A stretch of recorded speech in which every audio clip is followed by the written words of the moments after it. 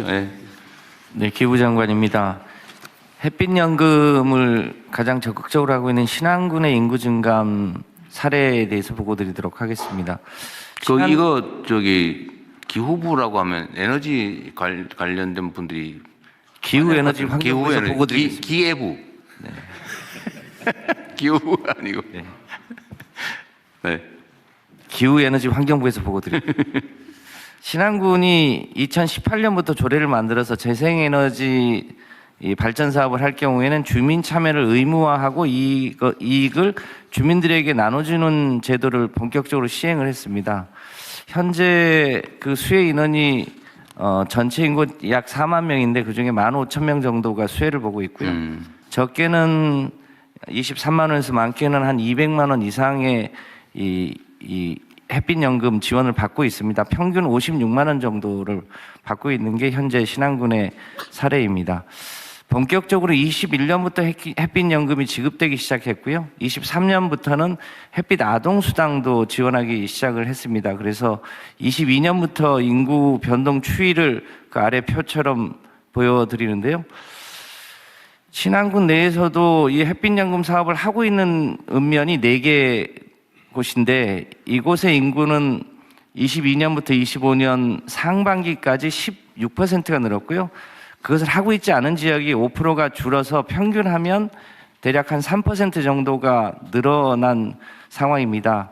25년 상반기로 한 이유는 이 농어촌 기본소득이 시행이 되면서 그 외에 또 인구 전입 효과가 있어서 25년 상반기까지로 구분해서 봤습니다. 전체적으로는 1,000명, 대상 읍면만 놓고 보면 약 2,300명 정도가 늘어난 것으로 보여집니다. 다음 쪽입니다. 잘 아시겠지만 농어촌은 사망 인구가 워낙 많은데 그 사망 인구까지를 고려해 본다면 햇빛 연금 조례로 인한 인구 증가는 굉장히 뚜렷해 보입니다. 특히 40세 이하는 전입한 날로부터 이제 참여 자격을 주고요. 또 50세까지는 전입 신고한 날로부터 50%, 1년 후부터 100%를 주고 50세 이후는 2년이 지난 이후부터 이 소득을 줄 수 있도록 그렇게 설계되어 있어서 청년층의 인구 유입이 비교적 높은 편입니다. 전체적으로 보면 이것도 비슷한데요. 대개 전라권에서 70에서 79% 정도가 유입이 되고 수도권의 유입 인구는 17% 정도에 머무르고 있는 상황입니다. 이 사례, 신안군 사례를 볼 때 저희가 올해부터 본격적으로 전국의 38,000개 리를 대상으로 햇빛소득마을 사업을 본격적으로 추진하면 이 신안군과 같은 사례가 전국적으로 확산될 수 있을 거라고 판단합니다. 이 햇빛소득마을이 2월 13일 날 출범을 해서 상반기 중에 그 관련 마을을 지정을 하고 빠르면 하반기부터 준공을 해서 소득을 지역 공동체 단위로 나눠줄 수 있을 것으로 보여집니다. 그러면 주로 이런 지역이 대체로 인구 소멸 지역인 경우가 많기 때문에 리 단위로 햇빛소득마을 추진이 인구 유입 효과에도 매우 긍정적인 효과를 보일 것으로 판단됩니다. 행안부 또 농림부와 함께 기후부가 주도적으로 햇빛소득마을을 통해서 지방으로의 인구 유입을 높일 수 있도록 최선을 다하겠습니다. 이상입니다. 하여튼 여기 제일 중요한 거는 기후에너지부가 네. 송전망을 신속하게 깔아주는 게 네, 그래서 지난주에 이제 배전단 단위로 붙는 건데요. 기존에는 대규모 화력발전, 대규모 원전 이런 쪽에서 일방적으로 송전하고 배전하는 방식이었는데요. 지금은 배전단 단위에서 주로 태양광이 달라붙습니다. 그래서 송전 방식이 근본적으로 변화해야 되고요. 그런 것은 이제 그 배전단 단위 ESS를 중간중간에 붙이면 기존의 대규모 송전망을 깔지 않더라도 햇빛소득마을을 붙일 수 있습니다. 네. 그래서 그런 방식으로 전환하면 실제로 것입니다.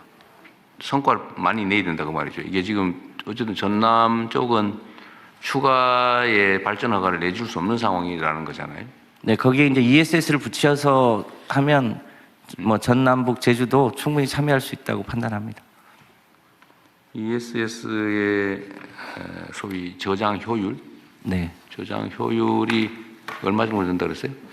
요즘은 이제 대체로 4시간 기준의 ESS를 붙이는데요. 최근에 값이 이 전년 대비 한 40% 정도 떨어져서 1기가 기준으로 굉장히 값이 떨어져서요. 지금은 태양광하고 같이 해서 전체적으로 설비 가격이. 예, 설비 가격이 굉장히 많이 떨어졌습니다. 1메가 기준으로 과거에는 한 5억 원 정도 갔는데 지금은 좀 단체 구매를 하면 1메가 기준으로 3억 원 수준까지도 설치가 가능할 것으로 보여집니다. 어제는 그런 기반 시설을 잘 갖춰줘야 이거 햇빛 연금 발전 사업도 원활하게 되겠죠. 그렇습니다. 네. 참 그리고 신안의 사례는 어쨌든 매우 모범적인데 어쨌든 해당 지역의 발전 사업을 주민들 스스로 하거나 아니면 외부 사업자가 할 경우 30%는 네. 지역 주민에게 할당한다. 이거를 그 행안부에서는 다른 지역 자치단체들에도 네. 좀 뭔가 방법을 강구해야 되고 더 중요한 거는 정부 차원에서 사실 입법으로 이거를 최소 기준을 만들어 줘야 되지 않을까요? 지난번에 대통령 지시 주셔가지고 이 전기사업법에 일종의 이제 차등할 수 없는 규정을 뒀는데 그 부분을 해결하면서 이 특히 햇빛이나 바람 소득은 지자체 단위로 그러니까 그게 제일 바람직한데 네. 이 지자체장들도 능력이나 의지의 차이가 있고 그리고 또 문제는 지방 행정이 투명하고 공정하고 민주적이면 당연히 주민들한테 어떻게 이익을 더 많이 줄까 해서 이렇게 싸워서 막 확보하는 것도 있지만 그게 이권 사업이 돼가지고 뒤에서 불법거리 하는 경우도 생긴단 말이에요. 그 법무부에서도 이거 잘 봐야 돼요. 지방의 부패, 지방 부패 사례들을 잘 찾아내가지고 엄정하게 단죄를 해야 되는데 하여튼 이게 이권 사업이기 때문에 지방에 맡기는 게 바람직하지만 확실치는 않아서 정부 차원의 일정한 뭐 지침이든 아니면 강제 규정이든 강제 규정을 만들기 어려우면 뭐 지침이라도 만들어서 그건 할 수 있잖아요. 예, 그 관련해서는 저희 행안부에서 마을 공동체법이 지금 저 상임위 계류 중입니다. 아, 그래요? 이걸 통해서 이 사업이 마을 공동체에 활용되도록 하도록 이렇게 네. 그러니까 그 법으로 만드는 게 어쨌든 논쟁도 있을 거고 시간도 걸릴 텐데 그 전에라도 뭐 행안부 지침으로 네네. 해서 권장할 수도 있잖아요. 네, 사회연대 경제 조직을 활성화시키는 네. 방법을 그것도 강구하고요. 속도를 좀 그래서 내주면 좋겠어요. 올해 기후에너지부는 올해 안에 500개 정도의 에너지 우리 안에 햇빛 500개 그거 소득만- 500개 가지고 누구 코에 붙입니까? 아니요, 그러니까요. 이게 앞으로 5년간 하겠다고 하니까요. 그리고 500개가 그 고정되어 있는 게 아니라 이게 이제 1메가와트 기준이거든요. 네. 이게 이제 그보다 작은 것이 있을 수 있어서 뭐 한 700개까지는 할 수 있지 않을까. 네. 아까 저기 농식품부 저기 신안은 예. 연말에 신안은 이거 햇빛연금 말고 농어촌 기본소득도 추가로 하는 거잖아요.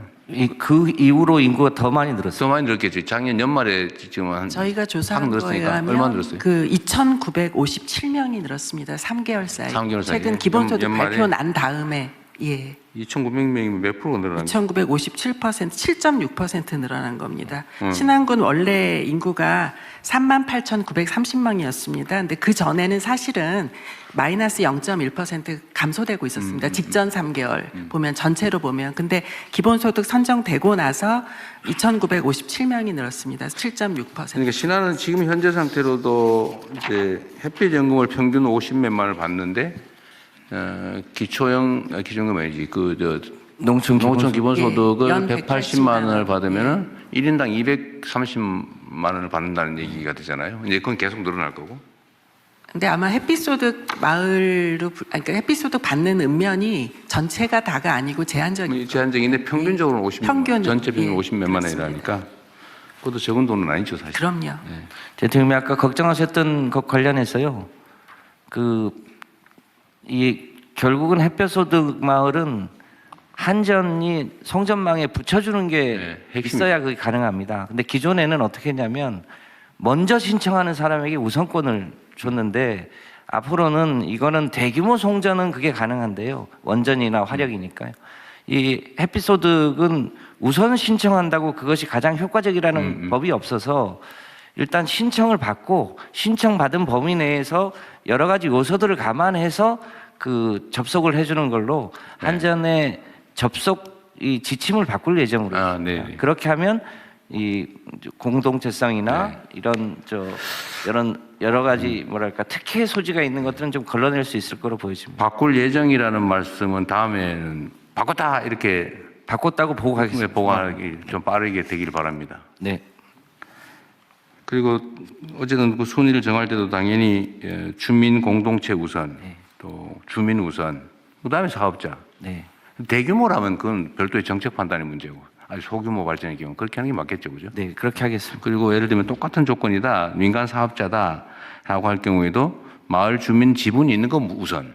네. 뭐 이렇게 어쨌든 기본적인 방향을 잘 감안해야 될 것 같아요. 네, 그렇게 지침을 바꿔서 보고 드리겠습니다. 네, 네. 네, 행안부에서 추가 보고 드리겠습니다. 그 인구 감소 지역의 인구 증감 분석 결과입니다. 분석 배경 먼저 설명드리겠습니다. 지방 소멸 대응 정책이 본격 추진된 것이 2021년이고요. 89개의 인구 감소 지역을 지정한 이후에 올해 재지정을 앞두고 있습니다. 인구가 증가한 인구 감소 지역의 인구 이동 현황을 분석하고 농어촌 기본소득 등 주요 정책의 성과를 파악해서 분석 결과를 말씀드리겠습니다. 총괄적인 인구 동향 먼저 말씀드립니다. 21년 인구 감소 지역 지정 이후에 4년간 인구 감소 지역의 총 인구는 4.3% 감소했습니다만 이것은 같은 기간 국가 전체 인구가 1% 감소한 것과 비교하면 비교적 감소율이 높습니다. 다만 그래프에서 나타나다시피 지정 이전 4년간과 비교하면 감소 추세가 완화되었다는 것을 알 수 있습니다. 특히 2025년은 전년도 대비 변화율이 0.6%포인트 상승했습니다. 그만큼 감소 추세가 완화됐다는 말씀입니다. 이러한 인구 변화 흐름은 출생 사망에 따른 자연적 요인보다 전입 전출에 따른 사회적 요인에 따른 영향이 컸습니다. 인구 감소 지역은 높은 고령자 비율과 낮은 청년층 비율로 인해서 여전히 매년 약 1.1% 자연 감소하고 있습니다. 다만 사회적 요인으로 89개 인구 감소 지역 중에 76개 지역에서 지정 이후 순이동 수치가 개선됐고 특히 32개 지역은 인구가 유출되는 지역에서 유입되는 지역으로 전환되었습니다. 2025년은 농어촌 기본소득 시범 실시가 예고되는 등 영향으로 전년 대비 약 2만 명가량의 전입이 증가했습니다. 다음은 인구 증가 지역에 대한 분석입니다. 인구 감소 지역 지정 이후에 4년간 인구가 증가한 지역은 7개고요. 또 최근 1년간 1% 이상 증가한 지역은 14개입니다. 중복되는 지역을 제외하고 16개 지역을 분석했습니다. 전남 신안에 대해서는 농식품부와 기후부의 보고에서 익히 들으신 바 있습니다. 지난 1년간 9.7% 증가해서 가장 높게 나타났습니다. 인구 증가 지역은 크게 세 가지 유형으로 구분이 되는데요. 첫째는 감소 추세가 지속되다가 농어촌 기본소득 도입으로 반전된 사례입니다. 정선군과 장수군이 해당됩니다. 둘째는 중앙정부와 지방정부의 인구 감소 정책 추진으로 인구가 증가한 사례입니다. 영광군과 신안군 등입니다. 셋째는 산업단지, 택지개발 등 인구 감소 대응 정책 이외의 요인으로 증가한 사례인데요. 장성군과 예산군이 해당됩니다.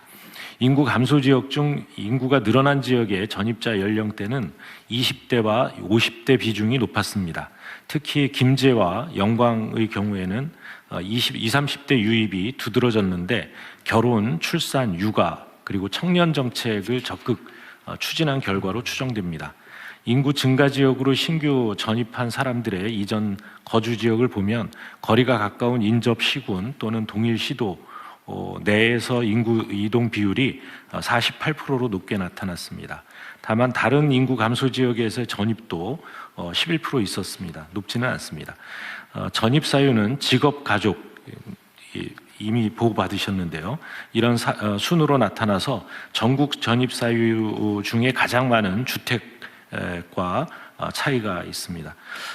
인구 증가 지역에서 타 지역으로의 전출은 인접 시군과 동일 시도 위주로 이루어졌으나 가장 비중이 높은 20대는 수도권에서 가장 많이 이동했습니다. 이들 인구 증가 지역의 주요 인구 정책을 보면 농어촌 기본소득 시범 사업은 이미 보고받으셨고요. 또 햇빛연금도 보고받으셨습니다. 그 이외에 김제, 영광, 순창의 경우에 출산지원금 지급 등으로 파격적인 그 결혼, 출산, 육아 또 청년 정책이 인구 반등에 영향을 미쳤습니다. 수도권 내의 인구 감소 지역인 강화 그리고 혁신 도시가 있는 예산 등 일부 지역은 주거단지 공급과 산업단지 조성 같은 여건 변화도 영향을 끼친 것으로 보입니다. 시사점을 정리해서 말씀드리겠습니다. 인구 감소 지역 지정, 또 지방 소멸 대응 기금 등 정책 도입 후에 순유입 증가로 인구 감소 추세가 완화되고 있고, 특히 농어촌 기본소득으로 인한 획기적 인구 증가 효과가 확인되고 있습니다. 인구 감소 지역 간 이동은 우려했던 것보다 비교적 낮게 나타났고, 동시에 수도권에서의 전입을 늘리기 위한 정책적 고려가 필요한 것으로 보입니다. 유입 인구의 주축은 은퇴를 준비하는 50대와 청년층인 20대입니다. 따라서 향후 인구 유입 정책은 은퇴자 정착 지원 정책과 결혼, 출산, 육아 지원처럼 연령대별 특성에 맞춘 접근이 필요하다고 말씀드릴 수 있습니다. 이 분석은 최종적으로 올해 3월 말까지 세부 분석을 마칠 예정이고 별도 보고 드리도록 하겠습니다. 이상입니다. 네.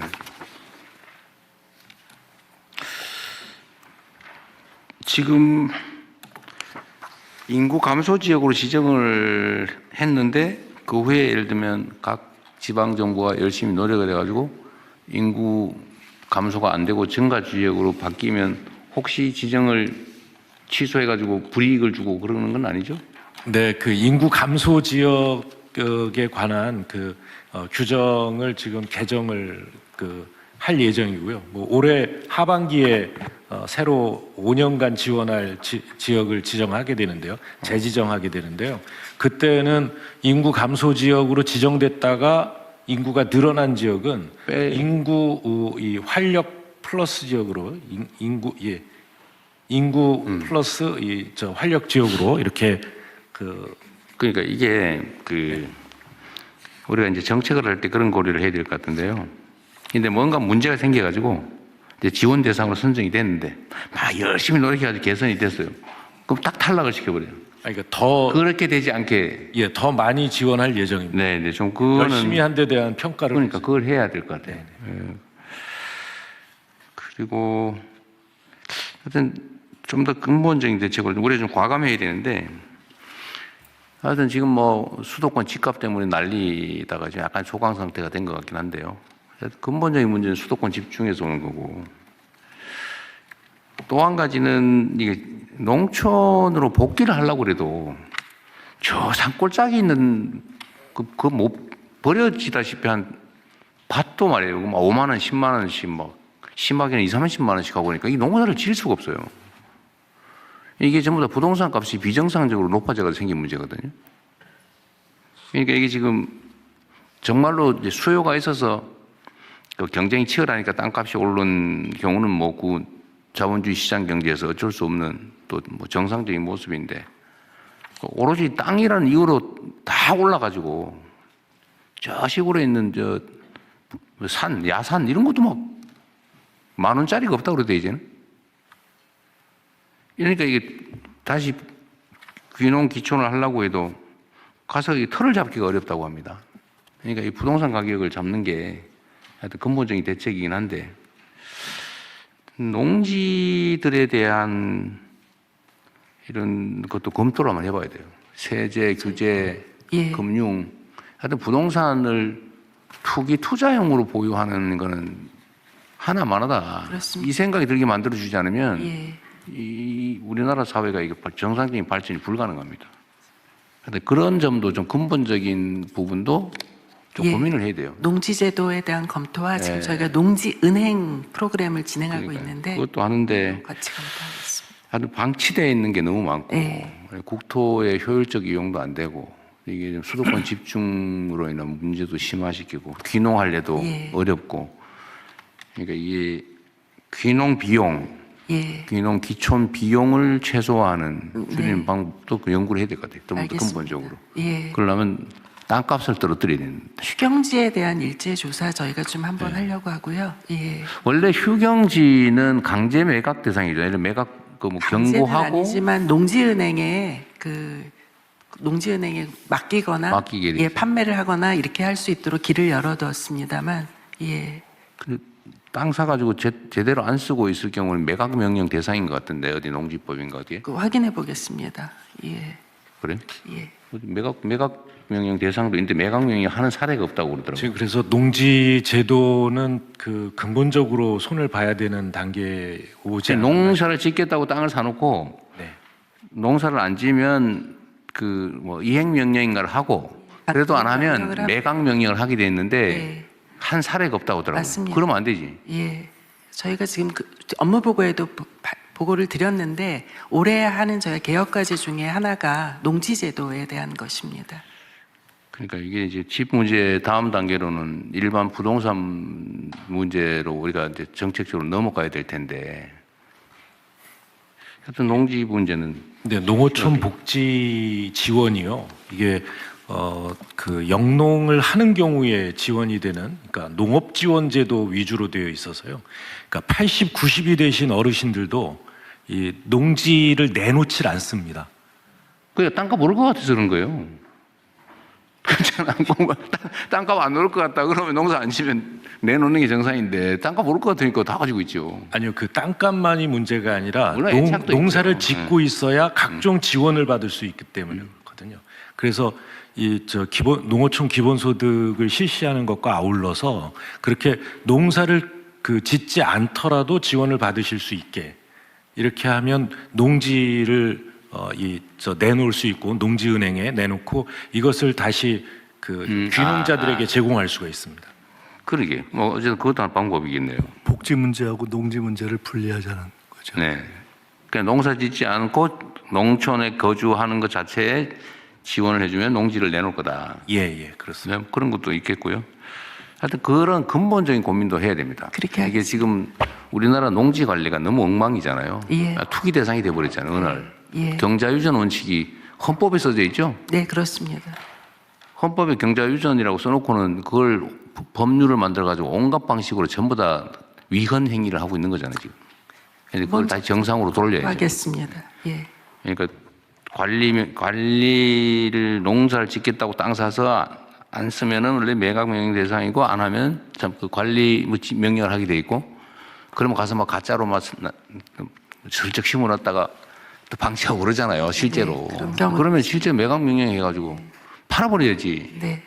그걸 안 지키니까 전부 다 원래 뭐 농지는 사가지고 그냥 한 척만 하면 돼라고 모두가 생각하고 있는 거죠. 농지 관리에 근본적인 문제가 있다는 거예요. 알겠습니다. 그래서 그것도 필요하면 예. 인력을 대규모로 예.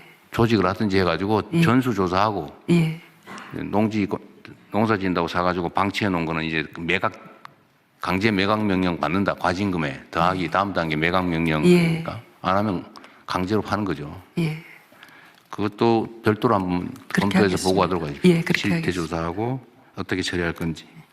하여튼 문제는 이 나라의 모든 문제의 원천은 이게 이 부동산 문제예요. 부동산. 하여튼 지방의 인구가 2만 명이 늘어났다는 건 매우 줄어들지 않은 것만 해도 다행인데 또 늘어났다고 하니까 다행이네요. 어쨌든 좀 더 힘을 내보면 좋겠습니다. 네. 넘어갈까요? 네. 그 기본소득 얘기를 전에 하면은 이상했다고 대통령께서 말씀하셨는데 지금은 사실 일론 머스크 같은